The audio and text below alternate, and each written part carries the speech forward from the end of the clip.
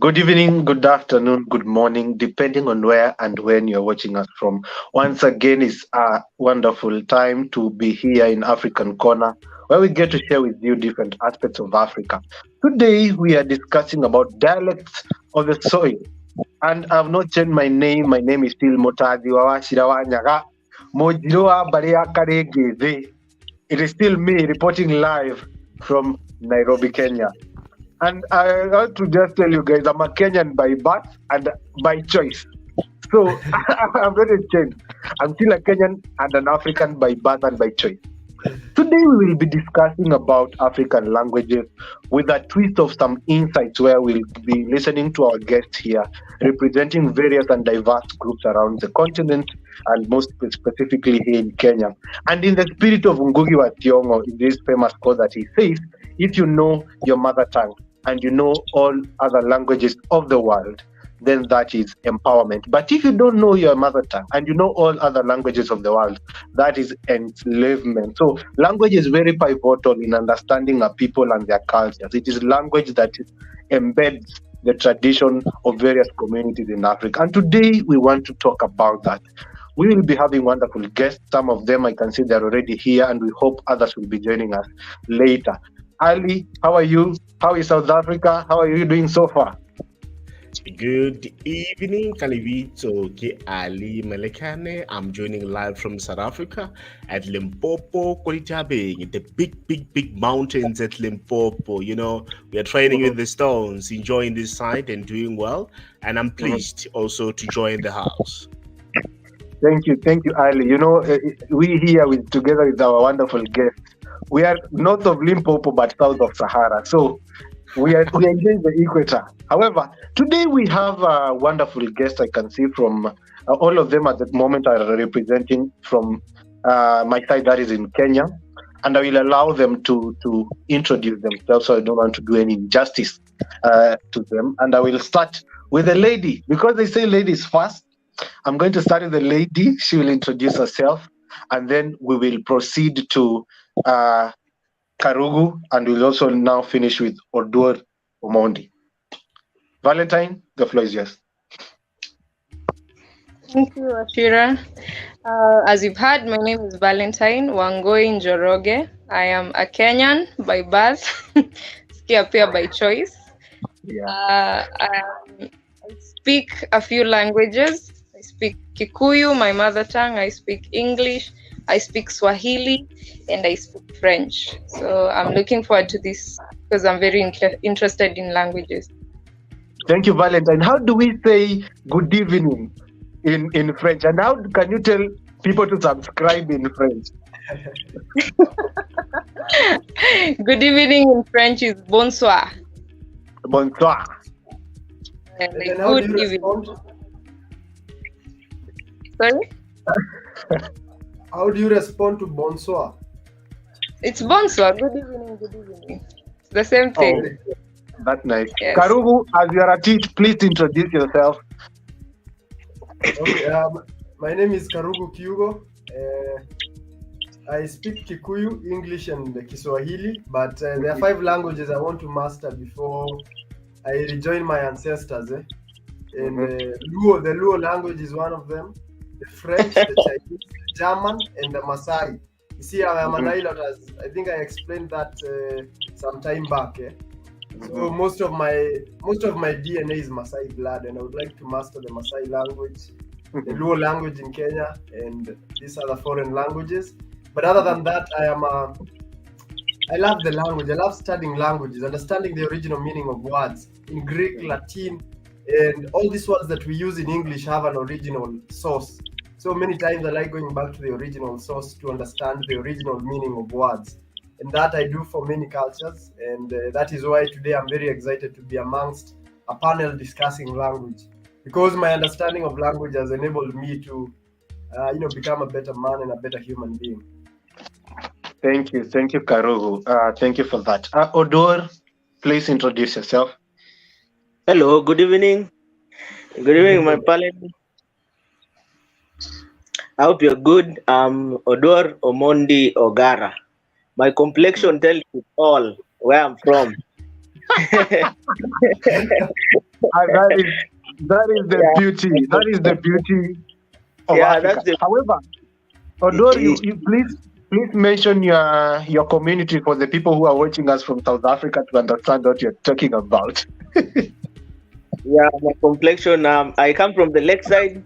That is Nyanza, Luo itself. I'm a Luo by birth, clan, and ethnicity.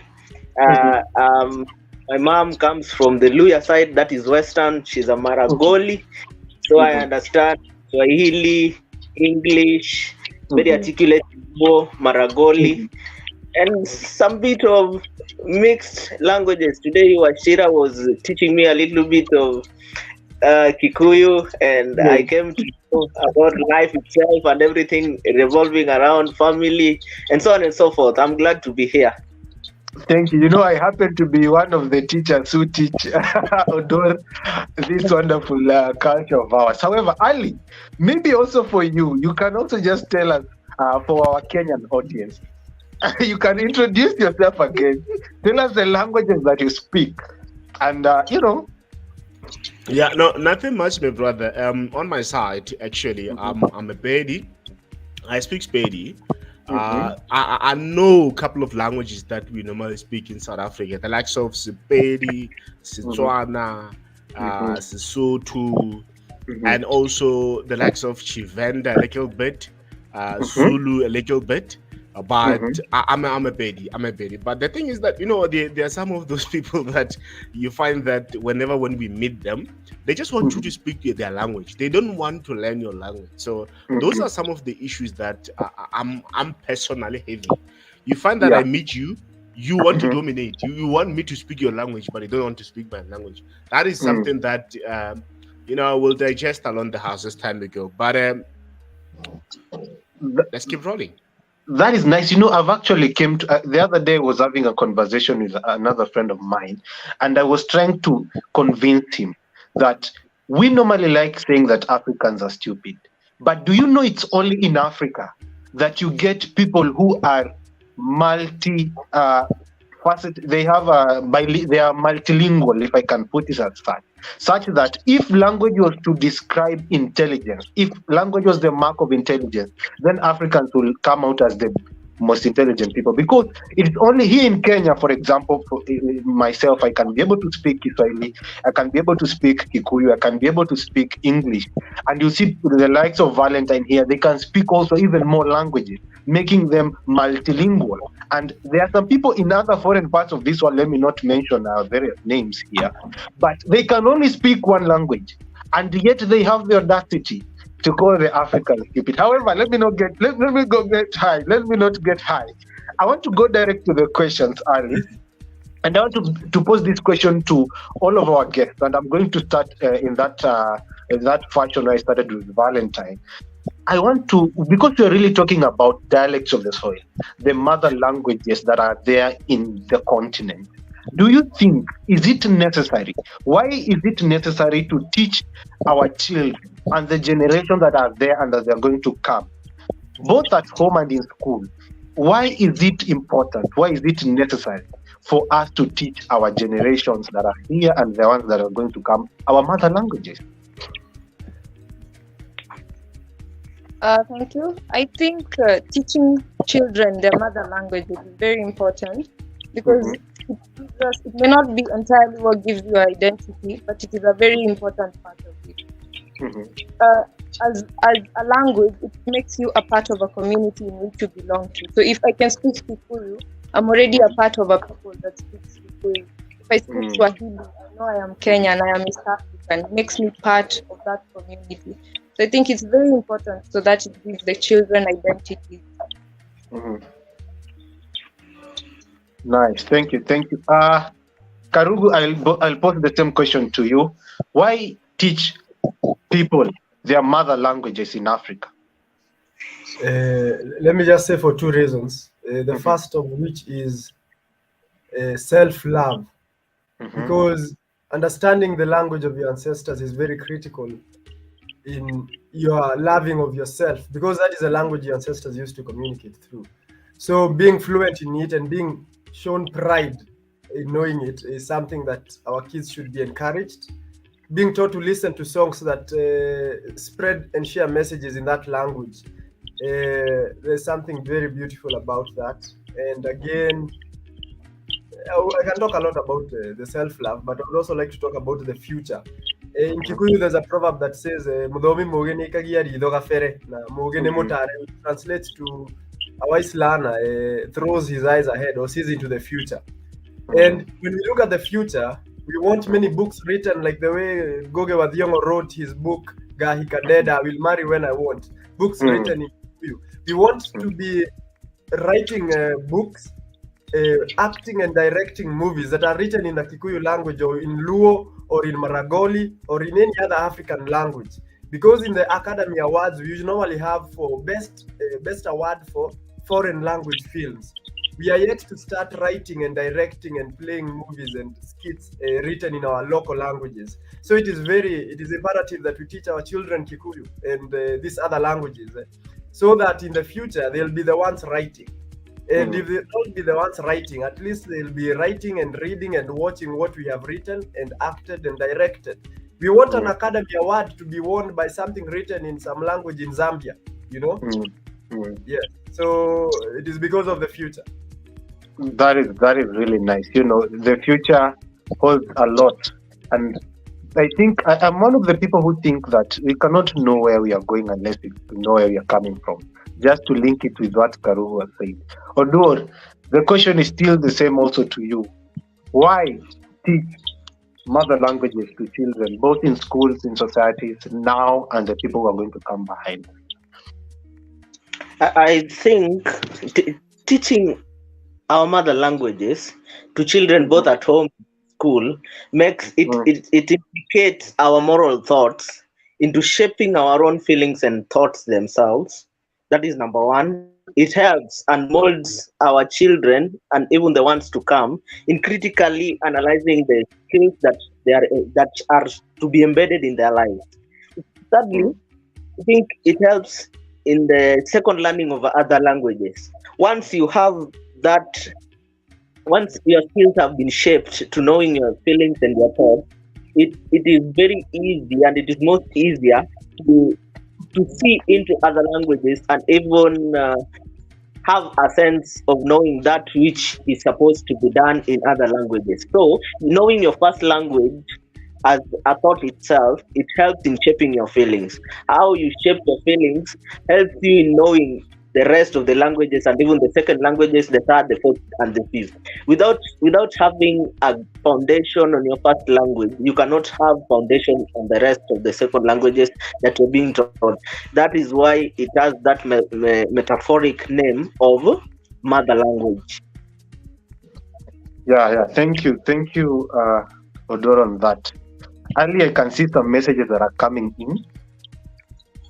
I can see Ignatius N, a very good friend of mine, saying he's tuned in. I've also seen Frederick Waihenya saying teaching kids their mother tongue gives them a sense of belonging in a particular ethnic group. Frederick also has put there some laughing emojis. I think he's reacting to what Karu had said earlier. And then Chris Mwangi was also reacting to Valentine. Bonsoir, indeed. Bonsoir, indeed.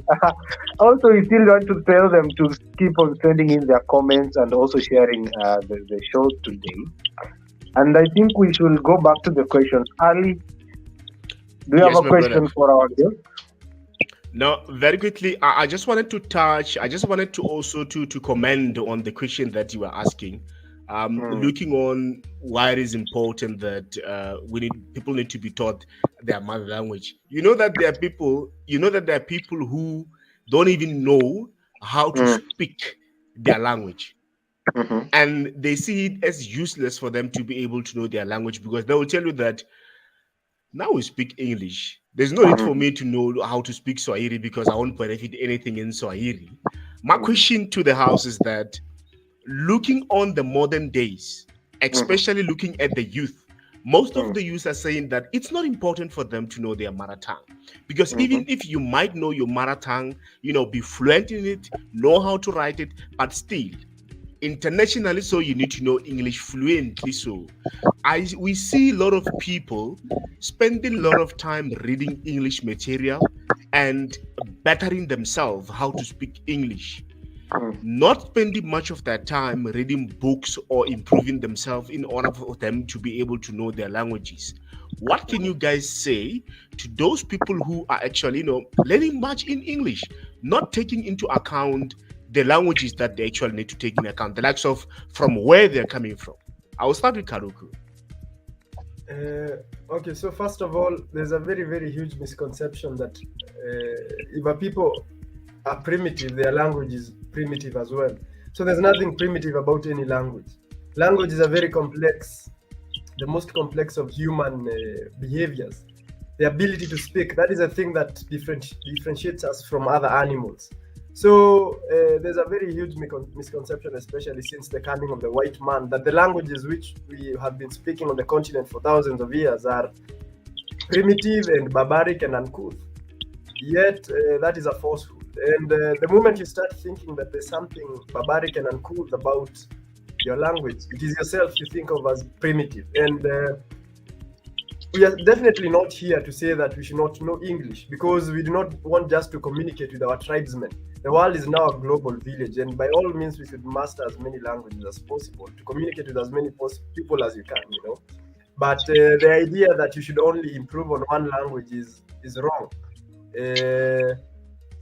Because let me just say a Kikuyu phrase that says, if you can communicate to those around you first in the best way possible, then when you go out there into the world, you become unstoppable. That is a saying that says charity begins at home, So first master your own language and then go and spread out your wings to the rest of the world. Yeah, thank you so much for that, Karuku. Very quickly, I'm going to move to the only queen in the house, Valentine. I want to check with you. You know that I think even... Oh, I don't know. There's an echo coming up on my side. Okay. I think yourself, Valentine, you're also aware and you can see it happening. We see a lot of the young ones, they speak English a lot. There are some people who you find that even when they speak their mother tongue, they will add English if maybe they forgot some of the terms. Maybe in Swahili, you forgot some other terms. They add English on top of that. It shows that this person knows English more than their mother tongue. I'm going to ask you this question in a very different way. What factors do you think are contributing to them not to spend much time to learn their mother tongue language, but keep on dwelling on English? Valentine? Thank you. I think what Karugu said works here. The way he said that we believe our own languages are primitive. I think that's a very big factor. We all want to feel we are ahead. We want to feel we are going with the terms of nowadays, where people are at this time. And I think that's a very sad thing, because no matter what you do, English belongs to the white man. It will never be our own. So it is very sad that we fail on our own terms when we fail to learn our own language, and we still fail on their terms because it can never really be ours. We cannot better them in it. So it's a very sad thing. I think if we could learn our languages, we would be way stronger. We would be at least ahead on our own terms, which is the only way we can win. All right. Thank you so much. Thank you so much. Very quickly, let's go to Omondi. Omondi, what's your reaction to the question that most of the youth, they speak English a lot? And what are some of those factors that might be contributing them to speak English a lot, not to embrace themselves with, their mother tongue's languages? I think just what Karugu and Valentine have said, it's very true. The major thing that our youths are having these days, and it even comes from our parents' perspective, is that once you associate yourself with other languages, especially the international ones, in quote the English language, the language of the Europeans, you are perceived to be that guy or that person who knows and explores more than is expected. Where the youth of today, it is a sad generation that we are lost. That is the one thing we need to put in place. It is indeed true that we are lost. If you check the number of languages that we have in Africa themselves, the native African languages, there are more than 2,000 languages that are distinct of themselves. We are also privileged to have a third of world's languages as Africa itself. Yet we only have not even more than a seventh of the world's population. The linguistic diversity that the African languages equip our youth with is one that needs to be emulated, so that even if it is being added in the curriculum, if you ask our parents who went to school in the olden days, or even some of us here, especially the panelists, when you're young, you're being given your native language, like from your ethnic group in the lower class, from class grade 1, grade 2, and grade 3. You're being given so that you know how the various objects, various things are being called, even the various ways of articulating some words. For example, like I am a Luo, there are various donations that you use. There's a phrase in Luo called kosongeo enfuo. Kosongeo enfuo, let me translate it. It simply means that not knowing out of ignorance is foolishness. So we need to know our language first, is when we diversify it to knowing other languages. Failure to know that, we are doomed, and that is what is affecting us. So as the current generation, we need to learn from the past, and we need to know our ethnic background and whatever constitutes it, and so on and so forth. Thanks, Ali. All right. Thank you so much. Yeah. I think you guys had the appetite actually to come to the house, because starting from Valentine and Karugu and also Omondi, really, guys, you have chopped it down.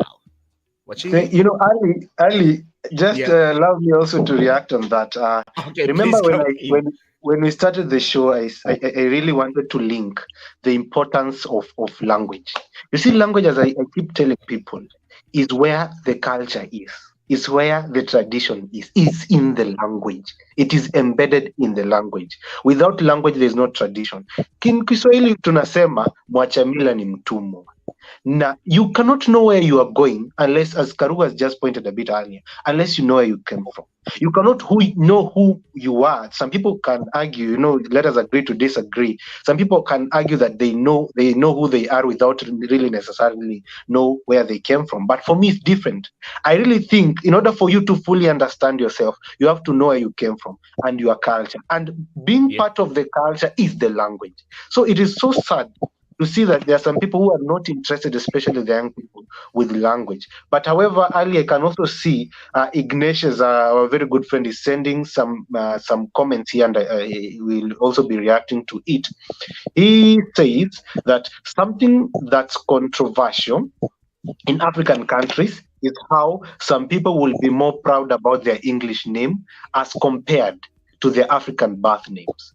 What is your take on this? I hope you guys are noting that. So he's saying, Ali, please put that on the screen. I'm reading a different comment.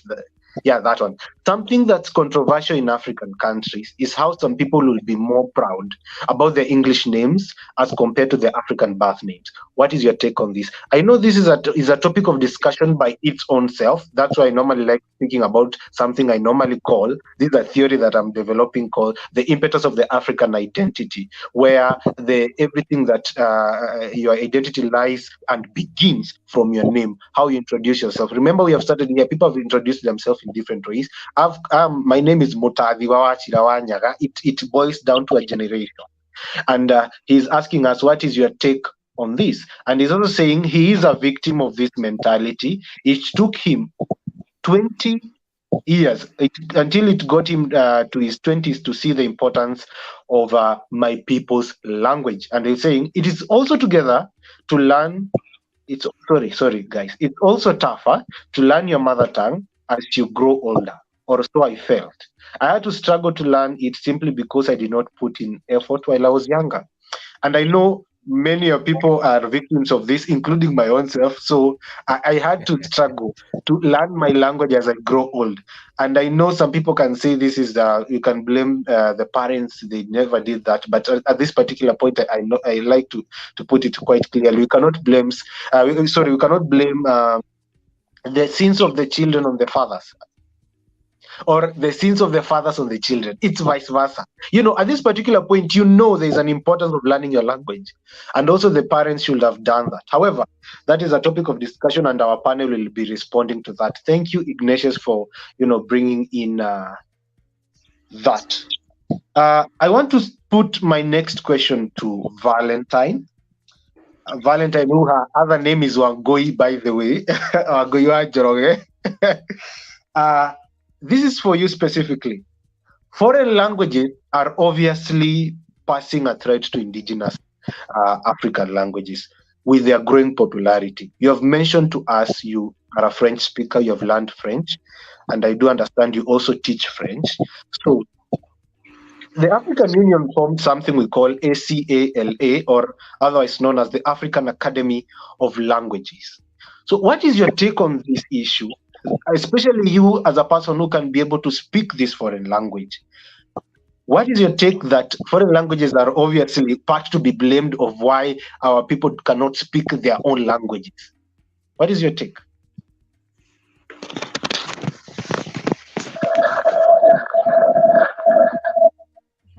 Thank you. I am not sure they can be entirely blamed.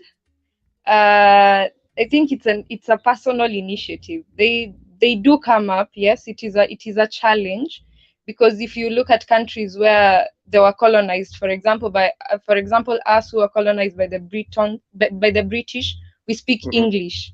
We are required to learn English. You find a country like Senegal, where they were colonized by the French, they speak French, and it is part of their official languages. But I think it is not entirely a threat. When it boils down to the personal initiative. As a person, if you want to learn your language, you will, no matter how many other languages you've been asked to learn.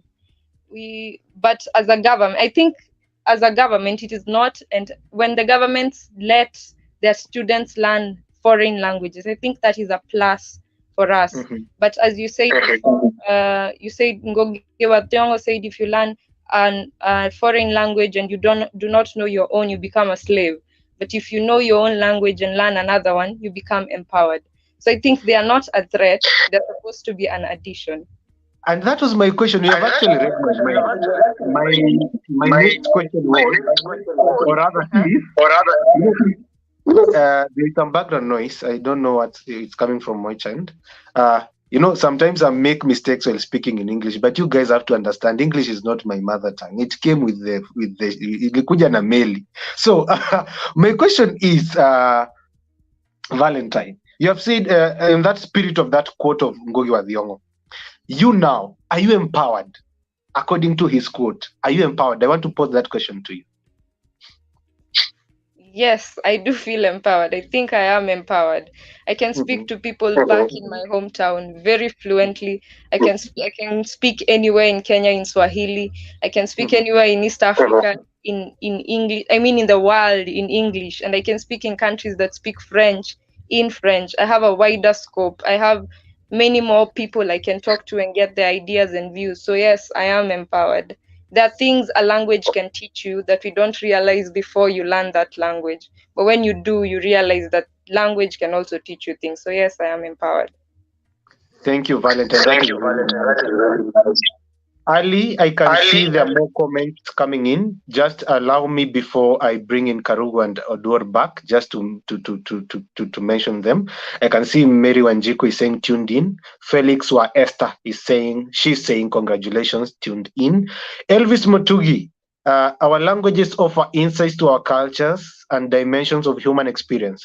Plus side temples writes how the Bantu African philosophy is embedded in our language, as you have said, Washira. Yeah, Elvis is my former classmate. We studied with him philosophy. So that is a discussion we'll want to have another day about the philosophy of these languages. Frederick Oihenya is saying we should start mentioning our ethnic background when describing ourselves, as it is and as we are we are it. Santos Taifa Jr. Indeed, Mwachamila ni mtumwa. Languages give us a sense of belonging to our own African culture. Good show. Thumbs up. Thumbs up. I think that's one of the comments coming in. So allow me, Ali, to bring back Odor and Karugu. Karugu, I'll start with you. Will you teach your children your mother tongue? And why? Simple as that.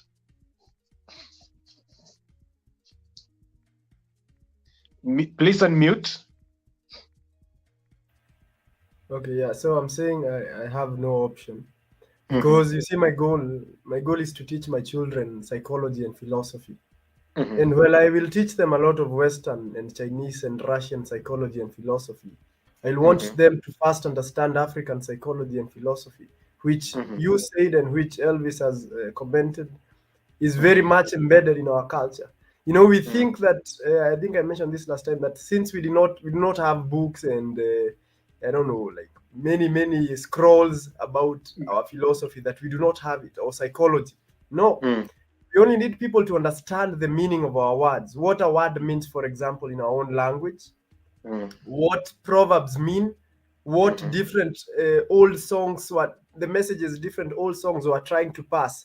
And in there's a wealth of psychology and philosophy that I can pass down to my children. So yes, I must teach my children my language, because people without a knowledge of their history, again, is like a tree without roots. My children have to be grounded very much so in my African culture. Yeah, you have just reminded me that quote from Marcus Garvey. I wanted to mention it somewhere to sound smart, but you have taken it. allow me to bring in Odor. Odor, you see, Odor is unique in also in our panel today, because as Odor was introducing himself, Ali, I thought, or rather, I think you heard him saying he is a product. Allow me to use that word, Odor. He is a product of multi communities in Kenya coming together to make Odor as a person. And he is my very good friend, and he likes introducing himself as O, triple O, Odoro Mondio Gara. So I also want to ask you the same question I've asked Karugu. Karugu, you have the benefit of having parents from both the communities, from the similar community, right? Yeah, but Odor, you have your father coming from a different community and your mother coming from a different community. How, if you come now to bring your children to this world, how are you going to go about that?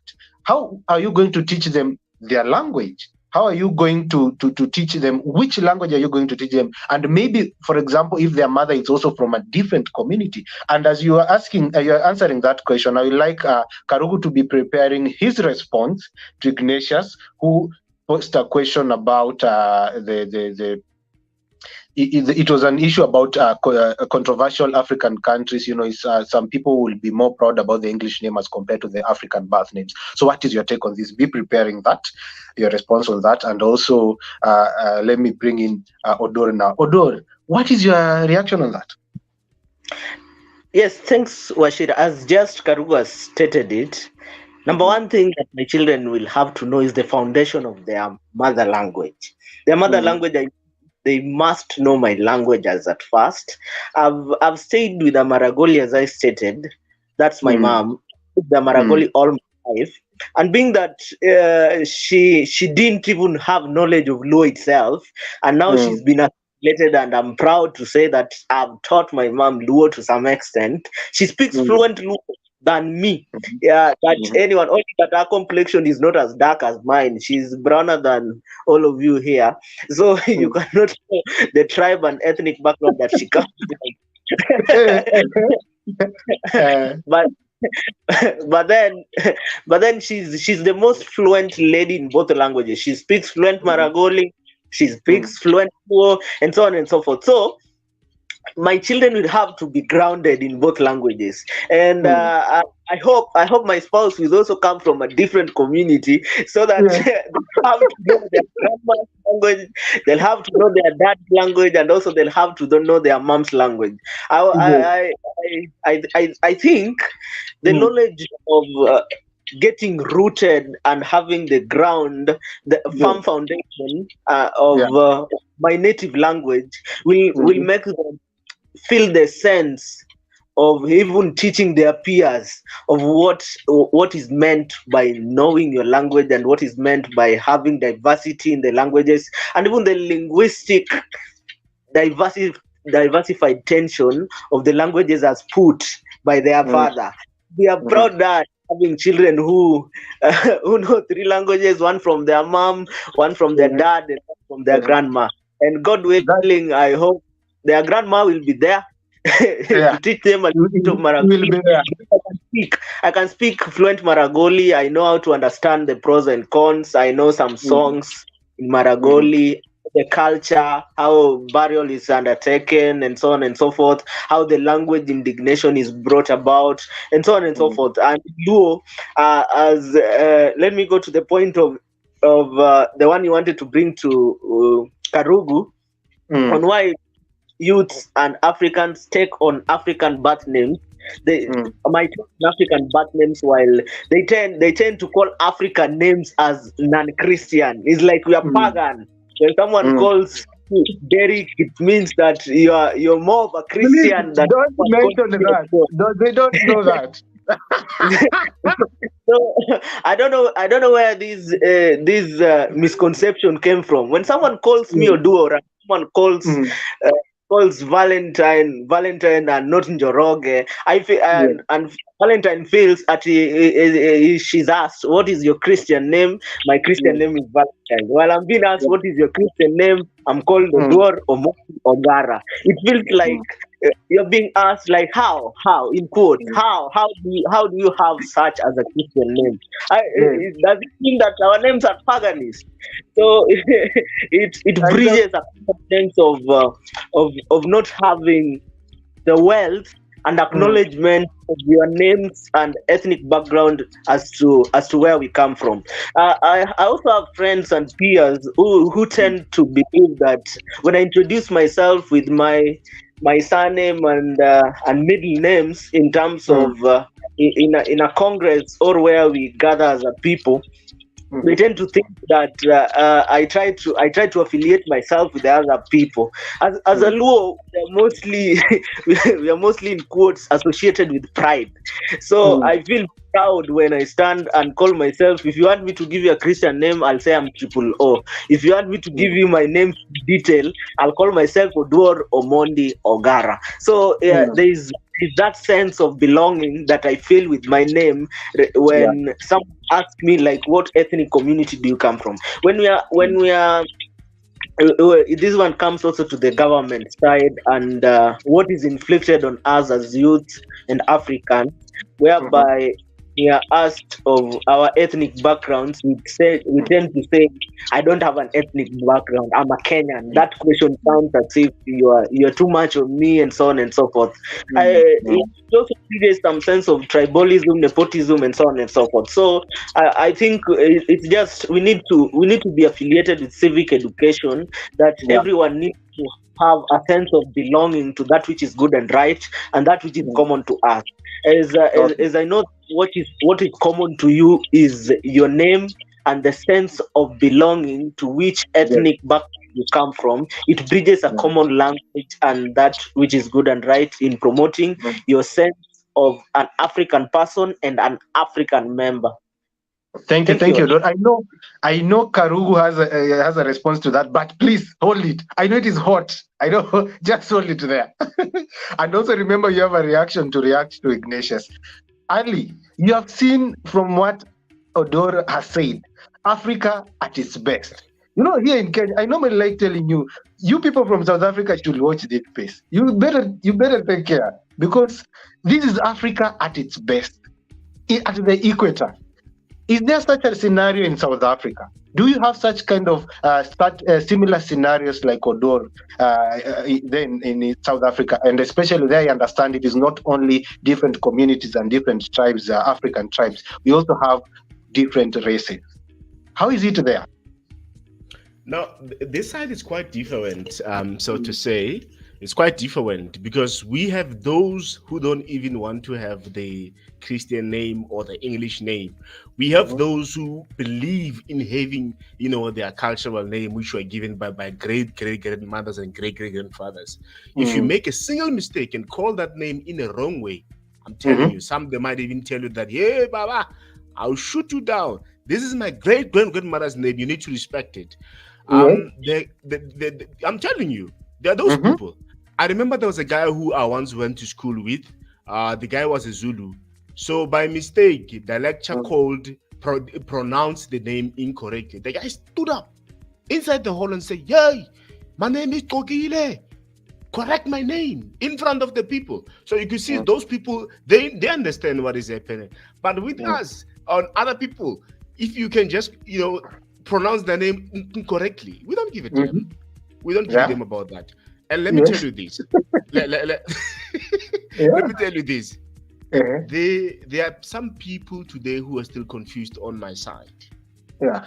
There is a guy who was born by two parents.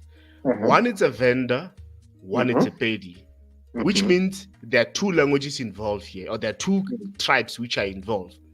Now, the guy now, as we speak, the guy, he called himself a pedi because he speaks pedi. I asked this guy that, no, your dad is a vendor and your mom is a pedi. Why are you taking side between the two that yourself you're a pedi? Now, which when it comes to me, it's a confusion because I'm aware that any children must take sides with their father.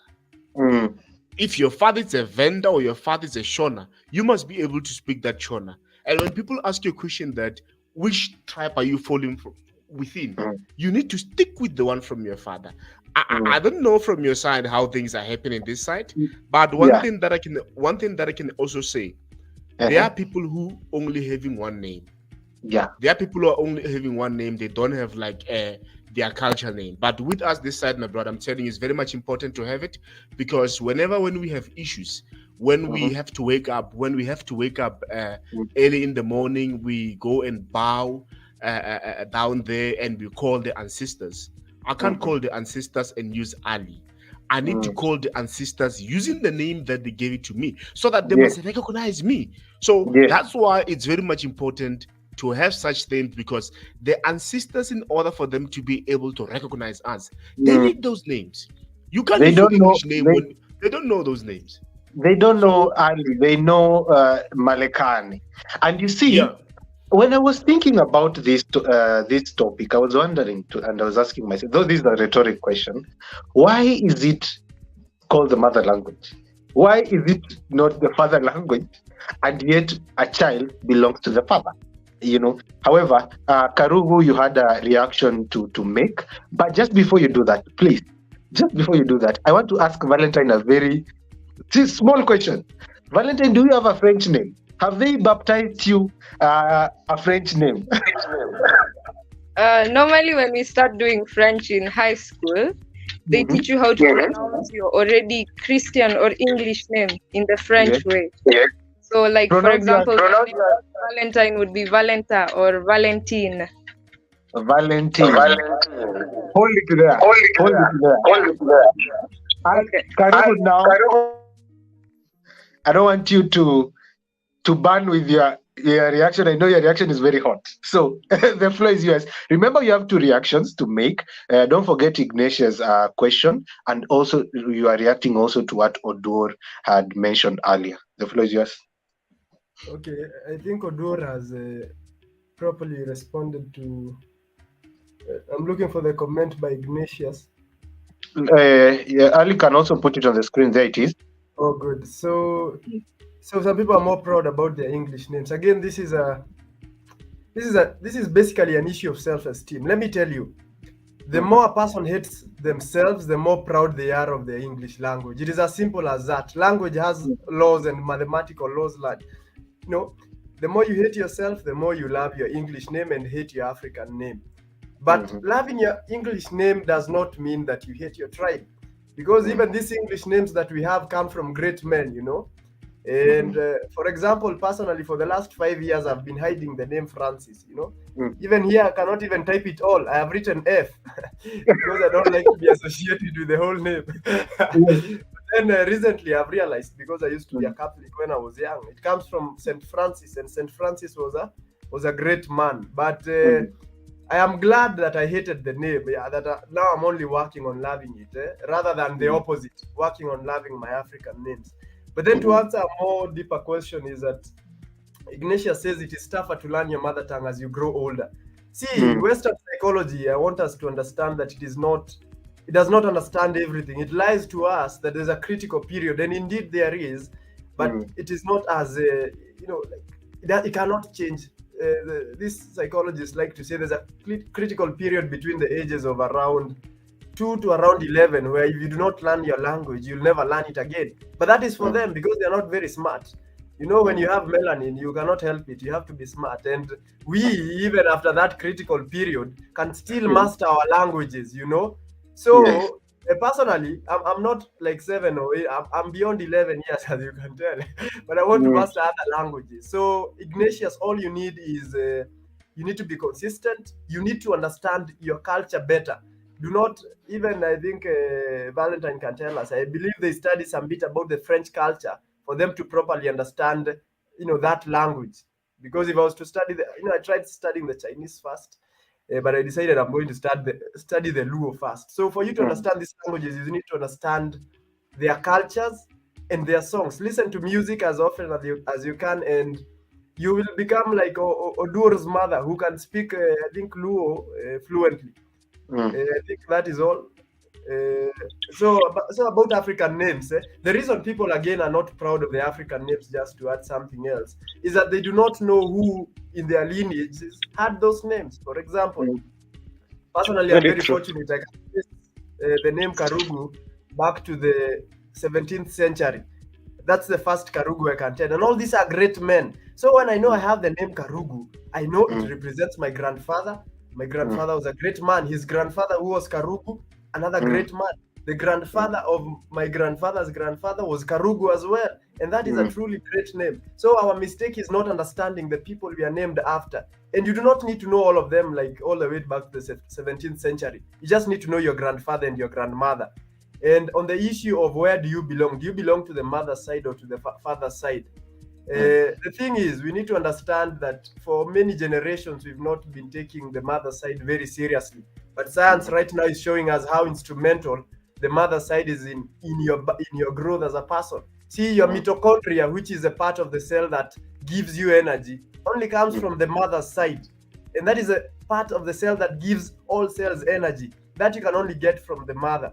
So I think culturally, but I can be corrected, we've been identifying with one side just for identification, so that you say you belong to this clan.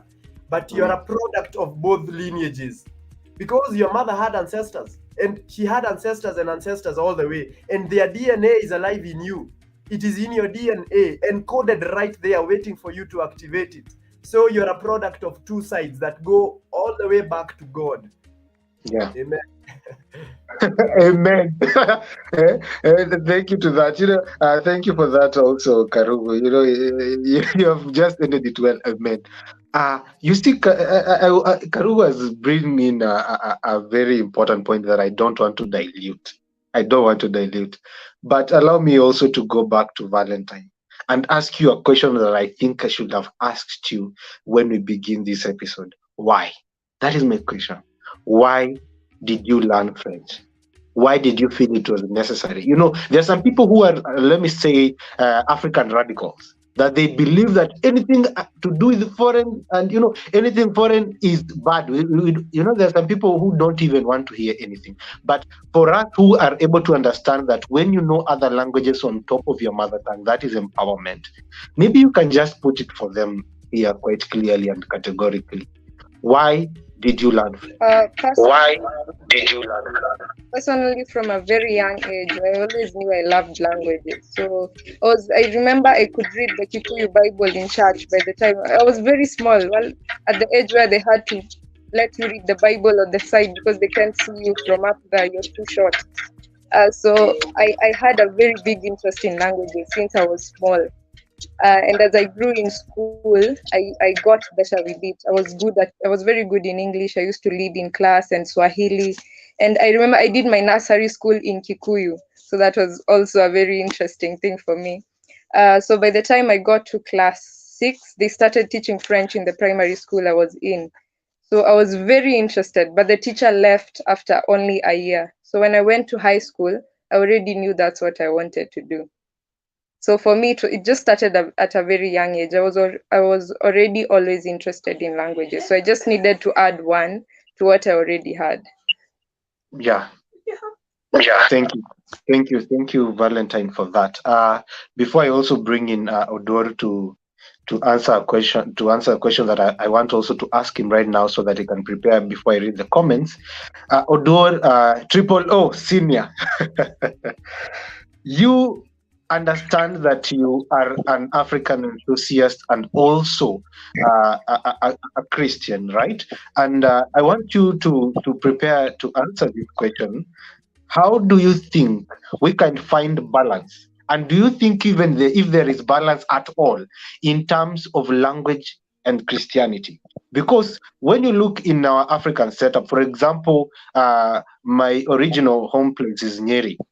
When I go there, when I visit there, when you attend their church services and masses, they do it in their language. They do it in the Koyo language. So, what do you think is we can do to enhance this balance, to make sure that there is a balance, especially in matters language? Can the church help improve the language of the African people? Just hold on it. Just hold that thought there. Allow me, Ali, to mention some people who have also sent in their comments. Ignatius, first of all, allow me to thank Ignatius personally in a special manner. He has really added some thoughts in our discussion today. Actually, Ignatius is the president of ISEC in Kenyatta University. So let him know that I've acknowledged that today here. And also, I can see Frederick Waihenya said we should start mentioning our ethnic background and describing ourselves as it is. Kevin Derito has said that I think is responding to Karugu saying that melanin is bright. Melanin has to be bright. Melanin is bright. I also see Elvis Mutugi saying, talking of English names, what is the implication to our African names, especially the baptism names? And I think they call it the first name. So what is the implication of our African names? Karugu, you'll be responding to that. Take note of that. And also I can see Elvis Mutugi saying, Karugu, I also did some Chinese culture and language. It was a good experience. All the best. I remember Elvis was studying Chinese when COVID hit. So I don't want to add any, whatever happened next. David Campbell, your original language is very important. Thank you, David. And Hugo saying, well done, my brother. I think she's responding to Karugu there. Charles Ngacha saying, a good connection in our continent. Keep up, young men and women and woman. Let me add that. Let me be politically correct. Kevin Karevi saying, tuned in. Felix or Esther, I think we had mentioned that. Congratulations, tuned in. Ali, we are about to wrap up. You only have almost 5 minutes to finish up. So, my panelists, please be brief on these last questions. Karugu, you'll be reacting to Elvis's question. Odor, I had posed a question to you. Please briefly answer that and also give your final comment on it. Yes, thank you, Ashira. I think in terms of Christianity, and to some extent, let me add the Muslims, the Hinduism, and so on and so forth. In terms of Christianity, it has really helped in the growth of the church, because in the other denominations, you find that Muslims will only speak in Arabic and so on. Hindus will only speak in Hindi and so on and so forth. But when it comes to Christianity itself, it has gone away. It has added some little merits and advantages to the Christian society of Africans in terms of translation of the Bibles into various local languages. It has really been of help as it has improved literacy of the people, as many people want to read word by word and the words of God into detail in terms of understanding what is there and what the Bible itself says. It has also led to the development of African local languages. I saw a question that was speaking about how the foreign languages have helped the African indigenous languages into growing popularity. The African Union, in the formation of the Akaland that is stated about, that helped protect and promote the languages of Africa and the cultures therewith, it has also helped in promoting the cultures. You'll find that there is development of African independent churches, not the ones that been brought by that have led to our westernization of people and so on and so on. The denominations that were brought by the missionaries, in quotes, that are being said to be their God is alive, while ours, the ones which our forefathers and ancestors believed in, were not gods, were not God, were not God, but they were just gods that are not to be worshipped. With a small g. Yeah, with a small g. Ours were gods with small g, while theirs were gods with capital G. I tend to disagree with that, but yes, the Christianity itself has made evangelization easier in the growth of the church itself, and also as I've stated in the beginning of the one. My parting shot majorly is for us as Africa. And I thank God for, in a Christian way, I also thank God for African Kona, and that has brought into light how we need to appreciate African languages into their diversity in terms of the linguistic nature, how it gives life itself, how Africa needs to stand out and stand itself as an Africa and of African descent and the African people. Africa is so many statements, because I'm an African with a K, that believes that Africans are Africa, ready to serve Africa as a continent. So I believe. I believe, as a proud Luo from Nyanza, that we as Africans, we are capable. It is just that we are misguided. There are very many misconceptions here and there on what needs to be done, what's expected of us, and so on and so forth. So let us stand to what is right, and that is our African languages. Let us put the other languages to not at the forefront. Let us bring them to be those at the periphery, so that we stand firm in Africa and Africa as a language itself. Thank you. Thank you, Odora. Thank you, Valentine. You can also give your parting shot. I think what Odora said is also in line with you. I don't think I'll be wrong when I say the church helped you learn your mother tongue better, because you have said when you are young you could be able to read the Bible fluently. So I think that also is in line with what he has said. However, Valentine, please give your parting shot, and also Karugu to be ready to respond to that and also give his parting shot in very, very briefly, please, very briefly. Valentine, if you can hear me. I think Ali, her network has freezed, but I think we'll be getting back to her. Karugu, please go on as Valentine comes back. So it is I'm responding to Elvis, who said, what is the implication to our African names?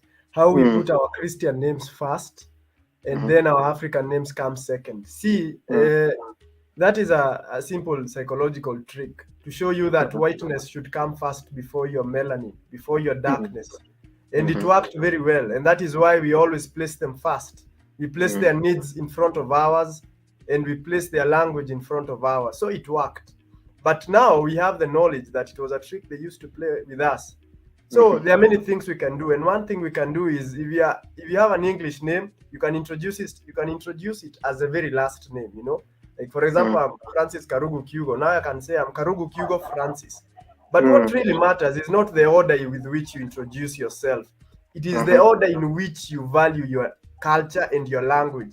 So I could be very well Francis Karugu Kyugo. But to me, my Karugu Kyugo-ness, my Kikuyu-ness comes first before Christianity and any other thing that has to do with the white man. That's the only thing that matters. You can have 500 white names, but so long as your 2 African names and what they represent come before all those other names, that is the only thing that matters. So my parting shot is Africa is a cradle of humankind. We are the cradle of civilization. And it is time we started to respect ourselves for what we truly are. All these white people are descendants of our ancestors. We gave them permission to go to all these other continents to explore, you know. And now they came back and now they made us feel as if we are inferior. Yet this is home. So let us learn to respect ourselves and to learn that we are too bright, and that is why they like to think of black as evil, because it's too bright for them. And I am Maasai, and I love one thing about the Maasai god. The Maasai god had a dual nature. There was a good god who was benevolent, and this other bad god who was, and he was evil and all these other things. So the good god is called Ngainarok, and the vengeful god is called Ngainanyoki. The interesting thing is the benevolent god, the loving, the merciful god, was a black god. So start changing that idea in your mind that black is evil. It's a lie that the white man sold to us. Black is powerful. Black is godly. That is why the night is the most beautiful time of the day, because then you can see the stars. Have a good evening. Thank you, Karugu. Valentine, I think you can also give your parting shot. Thank you. I think we come to the conclusion that language is very important. It's a very important thing for all of us in society, no matter what language you speak. But you become more empowered if you know the language from which you began. Because without it, you can't build when you do not have a foundation. But also it is good to learn new languages because it gives you opportunities outside there that you might not have had without them. And it gives you a new outlook on life and certain issues that without that language you might not find anywhere else. Thank you. Thank you. Ali, before I bring you in to finish the show, wrap up the show, I just want to say in a very special manner, I'm very grateful to Karugu, to Valentine, to Odur, and to the people who have sent in their comments, Ignatius, Kevin, Charles, Anne, Kevin, Elvis. I cannot even mention all their names. Frederick, Santos, Mary Wanjiku, Frederick Waihenya, and Chris Mwangi. We are very, very grateful. I still want to urge you guys to share this content. Don't be selfish. You know, in Africa, we are not selfish people. So share so that other people can get to learn. I'm still Mutathi wa Shirawanyaga, Mojirwa Bariakire Geze, no Mozenya Nejuga Nezai. Thank you very much to everybody who has watched that across the continent and across the world. Thank you. May God bless you. See you on Tuesday when we come back for the State of the Continent. And also tune in on this Sunday where we'll be having another full episode. Thank you. Ali? All right. And like, you know, what I would say on my side, I would say that was about this low doses best Maragamaruga Mabedi, Gekimanashila. You have to teach us this. You have to teach us this. Yeah. No, we'll teach you that. Now that you was boxes through those spaces, but I'm Hologama Bedi, Gekimanashula. Chimayana, do not want to be tower. Oh, one. You know, Ali, from south of Sahara and north of Limpopo, we are very interesting. This language of yours is very interesting. We might want to learn that. Thank you very much. It's a wrap. Thank you, guys. God bless. See you next time.